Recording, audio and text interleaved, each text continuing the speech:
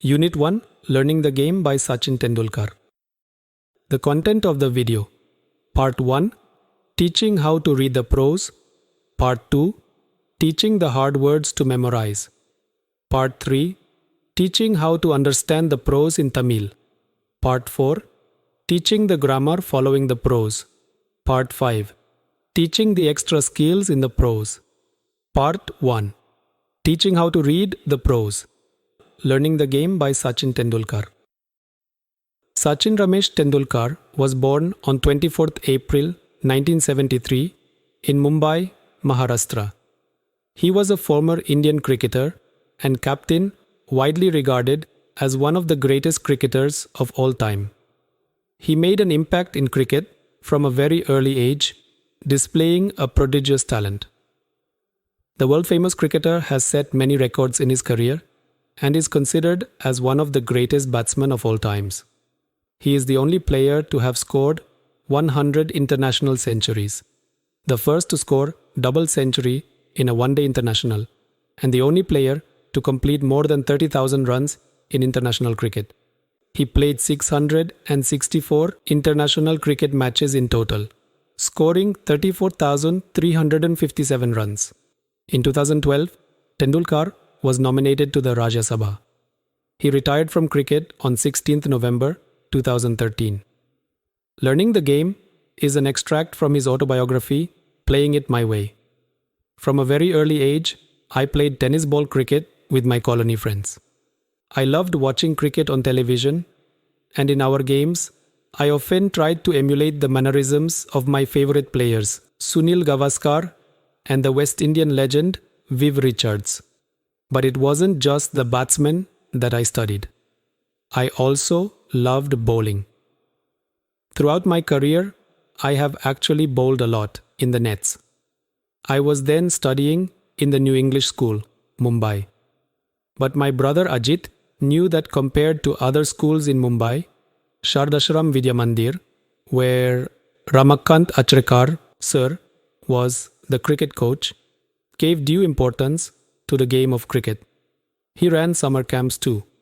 Ajit, one day, took me to the camp to get trained under sir. Anyone could come for a trial at the camp, but then it was up to sir to decide who to accept.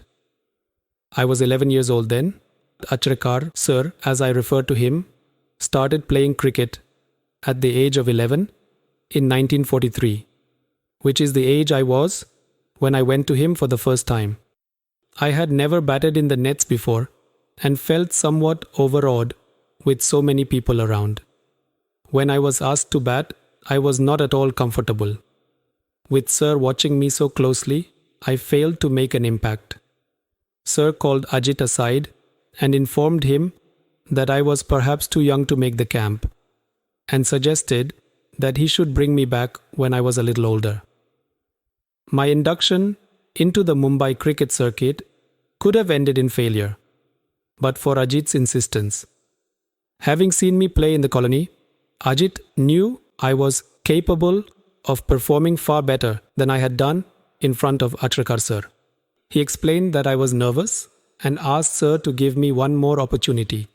However, he suggested that while doing so, sir should pretend to go away and then watch from a distance. Sir agreed. Before long, I was asked to bat again, and, without sir's trained eyes scrutinizing me, or so I thought, I felt more at ease, and soon started to hit the ball well. This time, sir agreed to let me join the camp.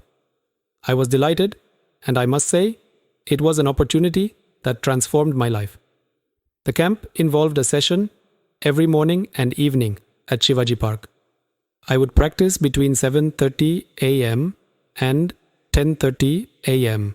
in the morning. Then I'd come back in the afternoon and practice till late evening. The schedule was rigorous, and I would be exhausted by the end of the day. Traveling to Shivaji Park took 40 minutes from my house in Bandra, and I had to catch an early morning bus to make it on time. For the first few days, Ajit accompanied me to get me used to the routine. During the bus journeys, he would talk to me about the nuances of batting, and I always enjoyed these conversations a lot. In fact, the one thing that I have kept with me all my career is a note that Ajit gave me containing some thoughts about batting. It served as a very personal coaching manual. As a child, I had only one set of cricket clothes, and the routine was to wash them as soon as I'd returned from the morning session. While I had my lunch, the clothes would dry out in the sun, and I would wear them again in the afternoon. The pattern was repeated in the evening, so that I could use the same set of clothes the following morning. The system worked well, apart from my pockets. There was never quite enough time for the pockets to dry out completely, and for the entire duration of the camp, I played with wet pockets. By the middle of the summer camp, Sir had started taking an active interest in my batting, and at the end of the 2 months, informed Ajit that I had the potential to be a good cricketer if I practice all year round. However, my school, the New English School in Bandra, did not have cricket facilities, and Sir was keen for me to change schools if I wanted to pursue cricket seriously. One evening, Sir called my father and put forward his suggestion. Ajit was in the room with my father at the time, and they both accepted that it was necessary if cricket was to be my priority. My father sat me down and explained that while he did not have any objections to my changing schools, I should do so only if I was really serious about playing cricket. I assured him I was, and so it was agreed that I should move to Shardashram Vidya Mandir, where Atrikar Sir was the cricket coach. All my excess energies were getting channeled into cricket, which acted as a kind of safety valve. My father always said that all he wanted me to do was give it my best effort without worrying about the results. In my first year at Shardashram, I played 55 practice matches during the summer break of 60 days. My summer sessions used to start at 7:30 a.m. and end at 4:30 p.m. My evening session would start at 5 p.m. after only a 30-minute break. During the break, Sir would often give me some money to go and have a vada pav, a popular Mumbai fast food. Between 5 p.m. and 7 p.m., I'd have 5 more net sessions. Towards the last 15 minutes, Sir would place a 1 rupee coin on top of the stumps. And if I managed to avoid getting out, the coin was mine. In this session, every bowler in the camp would come and bowl to me, with some 60 to 70 boys fielding. It meant I had to hit every ball along the ground to survive those intense 15 minutes. Winning the 1 rupee coin used to give me immense satisfaction and taught me how to concentrate even when physically drained. At the end of it all, Sir would tell me to run 2 full circuits of Shivaji Park with my pads and gloves on. That was the last part of my training, and I'd be completely exhausted by the end of it all. It was a routine I would repeat right through my summer holidays, and it helped me to build up physical and mental stamina. Occasionally, my father came to take me home, and I would always ask him to treat me to a special fruit cocktail at a juice center near the club. While this regular demand was a little unreasonable, because at the time I did not realize that my parents also had to take care of the needs of my brothers and sister. My father would invariably end up giving me what I wanted, just to see me happy. On other days, when I made my way home from Shivaji Park on my own, I'd often fall asleep on the bus, if I managed to sit down. Anyone who has been on a Mumbai bus at peak hours will know just how difficult it is to get a seat. On days when I wasn't so lucky, it was still a challenge just to stand with the kit bag, because the bus conductors would inevitably complain about me taking up the space of another passenger. It could be embarrassing because the conductors were often rude and would sometimes ask me to buy 2 tickets. I didn't have the money for a second ticket, and I had to learn to take these remarks in my stride. Dirty clothes often added to the embarrassment. With time, I evolved a way of wrapping the kit bag around me, just as the helmet and pads became a part of me while batting. So the kit bag became an extension of me on the bus.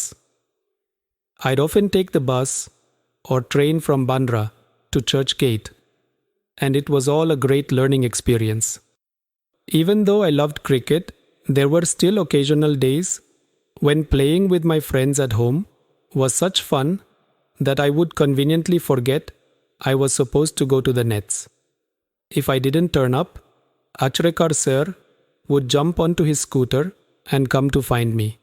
Sir would spot me in the melee and virtually drag me out.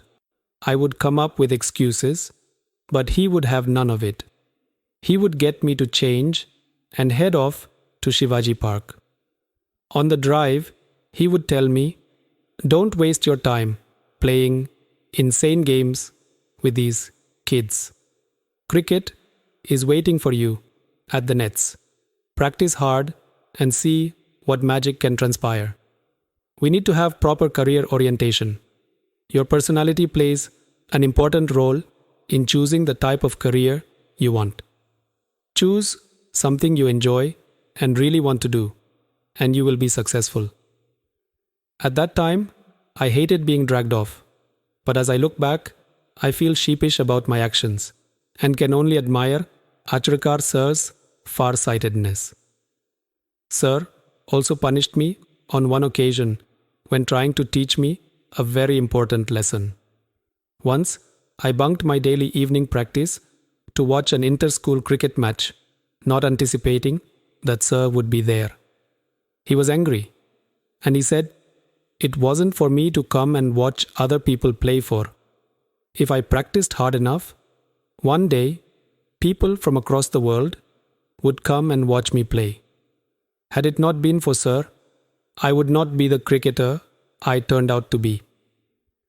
He was a strict disciplinarian and did everything he could for me. I owe myself to him.